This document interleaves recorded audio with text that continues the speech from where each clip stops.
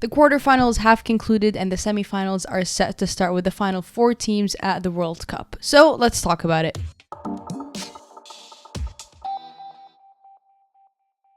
The drama, the intensity, the history, everything that this World Cup has set to do is continuing to happen at such a magnitude, and the quarterfinals were absolutely no different to that at all.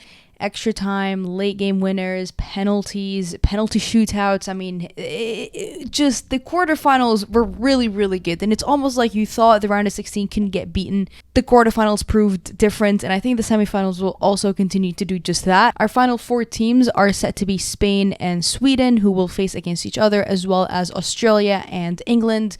The winner of those 2 matches are going to be our finalists, and the eventual winner out of these 2 is going to be crowned the 2023 Women's World Cup champion.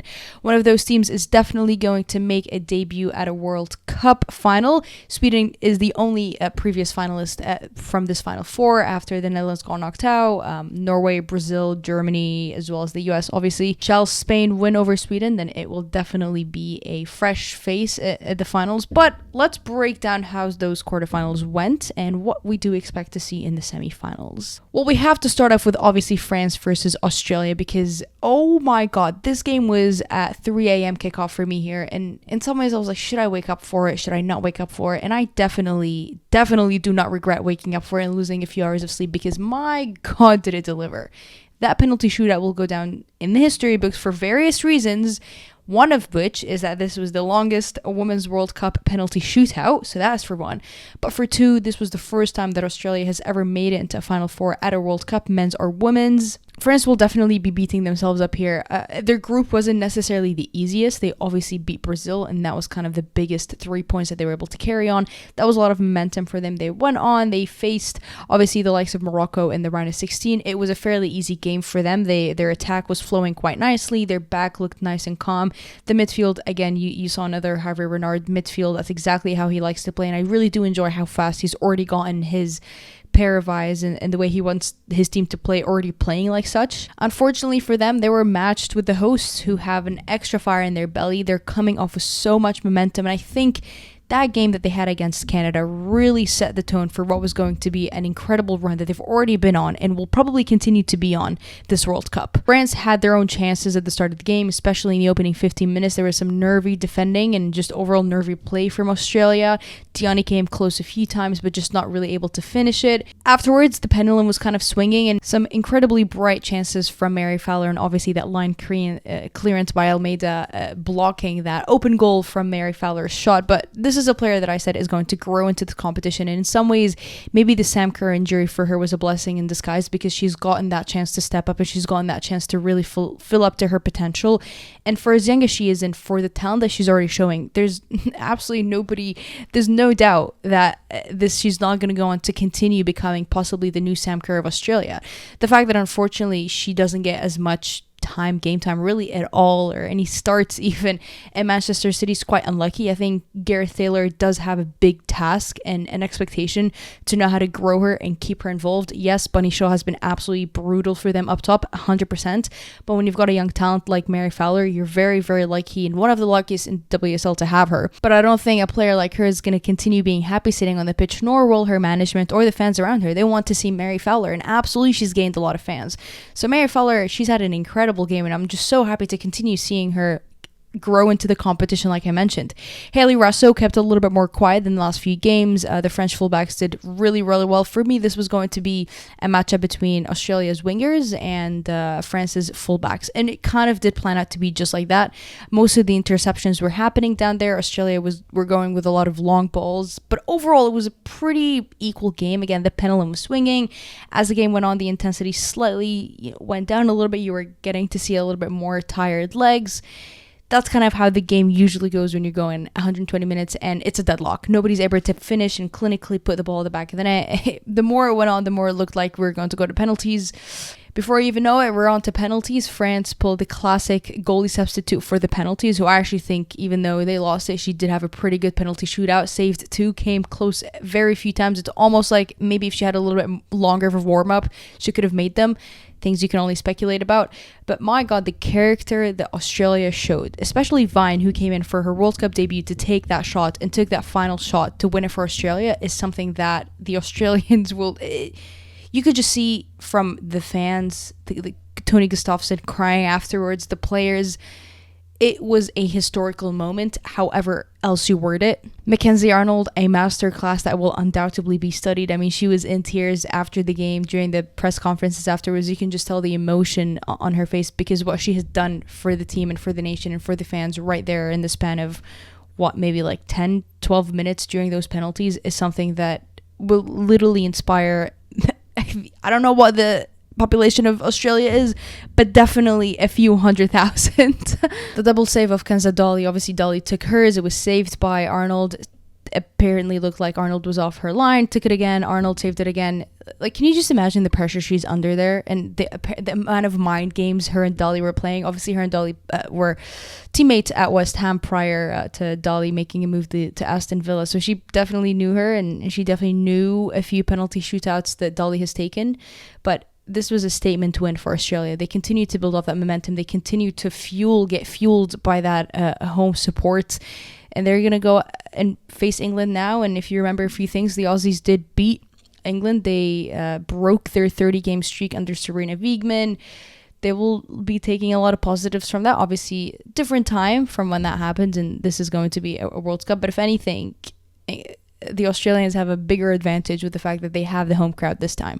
Obviously, the game beforehand was at Wembley when England had that home crowd. Now, the narrative is slightly a little bit switched, and I think you cannot deny that this is the best Australia that we have seen probably in the last decade, and I will go as far as to say that Tony Gustafsson, this is the second semi-final he's taken this team to. Obviously, semi-finals for the Olympics, but there was a lot of doubts and noise around him, but the way he's been able to keep that culture, keep that mindset, we can put tactics aside and how they've been able to adapt and work on the pitch.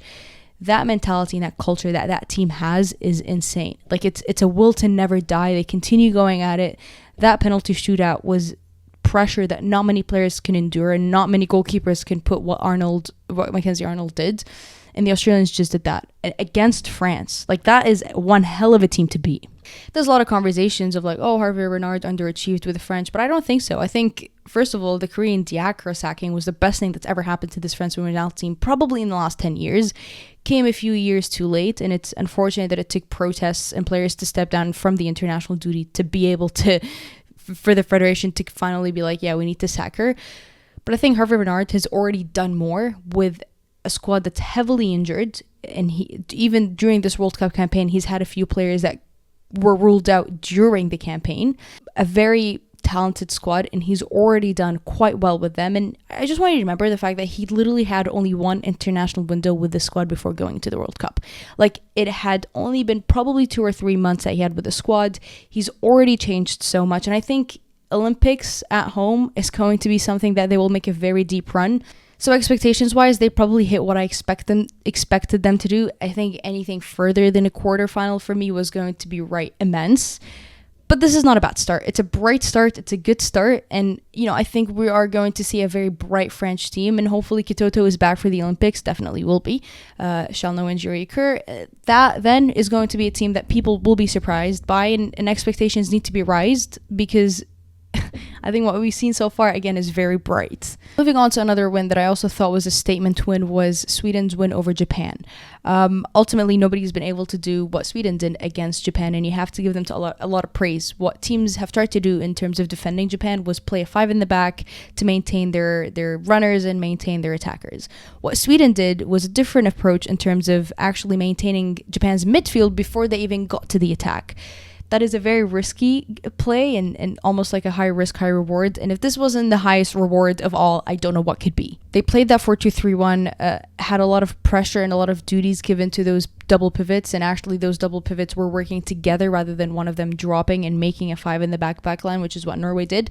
Rubinson and Angledal, for me, what a game. I mean, Gerhardsson's side every player out there knew their role and knew what they needed to do and which players they needed to hold back. I spoke to Mia Eriksson when we were previewing this game about Sweden, and we specifically highlighted Rolfo, how her role maybe isn't so much playing out wide and actually kind of tucking in and playing more of a defensive, not certainly a defensive midfielder role, but having a typical profile to that. She closed down Yui Hasegawa like no other midfielder or defender has been able to do this World Cup, and that for me was a big reason for why Japan was not able to produce the balls and the runs that they have been able to do so. Because Yui Hasegawa, you've seen her movement and the way she connects the passes, not necessarily to the final third, but just connects that crucial pass to getting the ball rolling, has been so important for Japan. And Rolfo holding down Hasegawa from that cut a lot of that production for Japan's midfield. Felipe Anglodal and Rubinson in the midfield. I mean, if you told me Rubinson was going to be the key as to why that Sweden midfield worked as good as it did, I probably would have laughed at you, because you typically see her as a fullback, and just seeing her in the midfield really was a bit of a revolutionized watch. But in a general sense, those two worked so well in terms of they understood where they needed to be, of how close or far they were to that back line, and they worked so well with the back line, like almost like a bit of a W shape all across, clogging up every single passing lane. Before this game, Japan had secured the most amount of through balls and the most successful through balls out of the 32 nations. This game, they had the least amount of attempted through balls than any other game that they've played, and the least amount of successful through balls, again, out of any of the games that they played. That tells you that Sweden had absolutely known how to clog up those passing lanes, and Japan was just not able to do it, which is why I think their defensive approach was different, because teams would have wanted to hold those attackers rather than even stop that service to the attackers, which is what Sweden did here. As the game went on and the substitutions took place, it looked like Japan was finally finding their feet in there. They were able to physically engage a little bit more with Sweden. They hit the post a few times, especially that penalty, which I think a lot of people were not too sure about, the penalty being ruled as a penalty, but this is Japan's side that's already done so well. I think this was exactly the performance that Japan needed to put on this World Cup, because we have seen the disinterest and kind of the plummeting of audience in Japan when it comes to the women's game. When I spoke to Alex Bishop about this, he told me how much the fans are connected to that international side, and the fact that the international side underachieved in 2015 was a big hit to that. Now that they showed everybody, and especially the Japanese fans, what they're all about, you're going to see a lot more fans being engaged in this international side, as well as their pro league, the WE League. This is the golden generation that we previewed in my previous video. I also highlighted some of these individual players. The Olympics are there, the Asian Cup is also there, so this is not a team that is going to die after this. If anything, they'll actually build into this momentum and make sure that those young players and those golden generation players that I just touched on have actually gone that major tournament experience, going against the likes of Spain, going against the likes of Sweden. This is no easy opposition that they faced, and they did it brilliantly. No other team, I think, played as good as Japan has done this entire time as a collective. So Sweden move on very, very happy. Again, it was a tactical masterclass, I thought, to now face Spain, who is a team that also loves to put on a tactical masterclass. It will be who wins the tactical masterclass. But let's talk about Spain and the Netherlands, who in some ways, Netherlands lost the game, but in other ways, Spain did deserve to win the game, because I feel like that's kind of the narrative of every Spain game, because they have a ludicrous amount of possession up top and even more ridiculous number of shots and shots on target. The narrative for Spain has almost always been kind of like the reality versus expectations. Our expectations have always been so much higher to what Spain have been able to do and the reality of what they've been able to do on the pitch. And I'm not going to discuss Vilda's situation. I've done about 7 episodes on that, and I don't want to be giving him much praise on this, because I think this was certainly the players. And I mean, you can tell how the players celebrated. Nobody went up to him. And when a lot of these huddles were happening, the players were discussing it between themselves. Yes, his substitutions were great. And yes, his starting 11 was surprisingly, again, another good one. But the attention that we're giving and the praise that we're giving is totally going down to the players, not to Vilda. So let's just get that clear and out of the way. The Dutch will not be happy with the chances that they missed. It just happened to be Berenstein, who did have a few comments before the game, that just missed all the good chances. She made the good runs. She was there when she needed to intercept it, and she just could not find her shooting boots. It seemed like she left them at the press conference beforehand, where she was making those lovely comments that definitely came back to bite her in the game. and also the penalty that they gave away. Like, your hands shouldn't be in that position, and for a veteran like herself, she knew she messed up. But for Spain, this was finally a break into the semifinals, right? We know the talent that they have. We know the potential that they have. Like, this is almost always the conversation with Spain, is they know how to do it. They can get there. But it's making sure they're not building up those fancy build-ups and fancy goals that they always love to do. And you know what I loved? That Sama Parallelo winner was not one of those fancy build-ups. It was they caught the Dutch on a counterattack. It was a fast run. It was a fast, quick shot. There's no fancy building, no kind of let's tiki-taka in the box to finally find the net. It was a straight shot into the goal, and boom, before you even know it, it's the latest winner of the Women's World Cup, the youngest to do it. I'm very, very happy to see Salma in a position like this. Again, one of the stars of this World Cup, and will become a face in the next World Cup come 2027. But that's kind of what Spain needed to do. Absolutely, people enjoy and watching how flawless and kind of fun their football is, but sometimes you just need to drop that for a moment and be like, right, we've had 20 shots, we've converted one. Just take a shot sometimes. Like, there's so many openings where instead of a shot, it's an opening for an assist, and it's like, well, don't just take a shot. I loved seeing Jenny Hermoso with that energy. Like, she's obviously 33. You saw her in tears after the game, probably her last World Cup, and making it to a semi-final. She's seen this team through the different eras of not even qualifying to obviously failing in major competitions once and twice and thrice in quarterfinals. So making it to the semi-finals, I'm happy for a lot of these players. Obviously Alexia as well, Putellas, who again has been through a lot of their match against Sweden, is going to be massively interesting. I think Sweden will be with a lot of confidence knowing they had just beaten Japan, who just beat Spain 4-0. Obviously it's a different team, it's different possession base, it's completely different paperwork that you're working with in terms of Spain and Japan and Sweden. But what we saw against the Dutch and again against Spain is there's a lot of opening running lanes in the Spanish backline. And if you've seen a thing or two from Sweden, is they definitely have very long balls that they can throw in, and they have a lot of very tall players that can definitely get their head on that. For Spain, this is territories they've never been in. They've never been in a semifinal, and Sweden is a team that has been through finals and semifinals. They're still coming off with a lot of sorrow and sadness from that Olympics that they lost to Canada. In the Euros, it was definitely an underperformance in certain aspects, and they've made pretty far runs every World Cup, just never been able to break it into that final gear. And it looks like this World Cup they are breaking it into a gear that they've always wanted to. So that Spain-Sweden will definitely be a great one. The last team here in the Final Four is England, the Lionesses. Obviously, they come up against Colombia, who, first of all, kudos to Colombia. Let's give them a big round of applause. First time ever that they won a round of 16. First time ever appearing at a quarterfinals. And honestly, I think that first half was a brilliant first half from Colombia. They are so good with relieving that pressure in the midfield. They're really fast with their ball. And not many teams can beat England in terms of ball movement and speed. But Colombia was doing that, especially in that midfield. I think for me, that Colombia midfield absolutely cooked the England midfield in that first half. Again, just relieving pressure so easily. Caicedo had some pretty bright moments, exposing a lot of that flank space that usually Lucy Bronze leaves behind.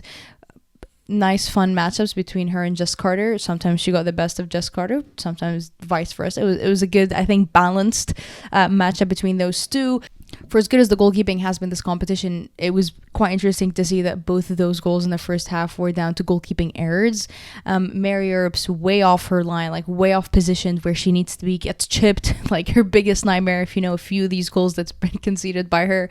And then for the Colombian goalkeeper, very, very unlucky to just have let go of the ball. And, England was right there to capitalize on it. You can't make mistakes like that in the back because the England forwards will be there and Hemp will be there to take a rebound. Like, her reaction is fast, and you simply can't be making mistakes like that in front of England. So that first half, I think Colombia would have really appreciated going in leading, but England gained that momentum again after equalizing. And something that I was happy to see from the Lionesses here was a lot of their Chloe Kelly and Hemp getting involved. I think the last few games, take away that China game, for example, put that China one aside, the rest of the tougher competition, I don't think they've been able to get their wingers as involved. And England love to build from their wingers. We talk about moving the ball fast. They do just that. And so for England, a lot of confidence was gained. Their wingers were as productive as they needed to be in some sense, and they were not down anymore. They were equal. You go into deep waters and you go into the final 45 where a team has to score, and England has that. Unfortunately, Colombia, I don't think were able to press as well as they did. Their pace certainly slipped. They were not able to find their wingers as well as they have been in the first half. And I think for England, they needed to win and they won. This was the storyline against Sweden against the US. They had to win and they won. Ella Toon, unfortunately, another not very good game for her. She got dispossessed the most out of any player that game. As a number 10, still not able to find her creativity, her feel on the ball. And I think the Colombian midfield made it very hard for her to have a good game.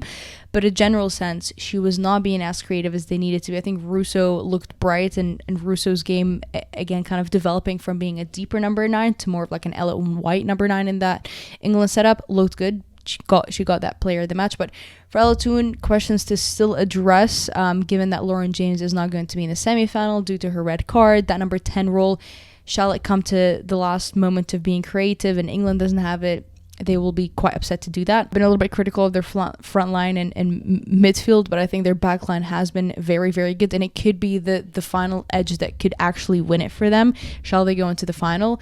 But for the Lionesses, they're growing into the competition in some ways. They're winning the games that they need to win. They're winning them how they want to win it. Maybe not in the most convincing manner or not the most incredible Lionesses manner, but one, the competition is extremely tough, and I don't think we were expecting the Lionesses to go in with that dominant fashion that we saw them in the Euros.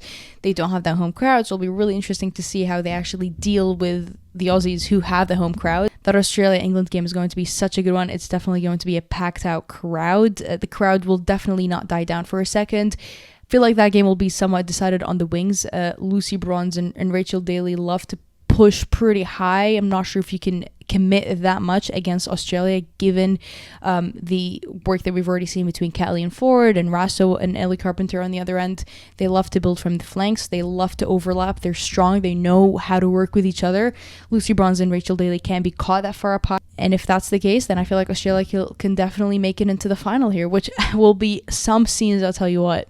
Let me know your thoughts and opinions on the 4 teams that we are going to see in the semifinals, and who do you think is going to make a bit of a shock, a little bit of a surprise to make it into the final.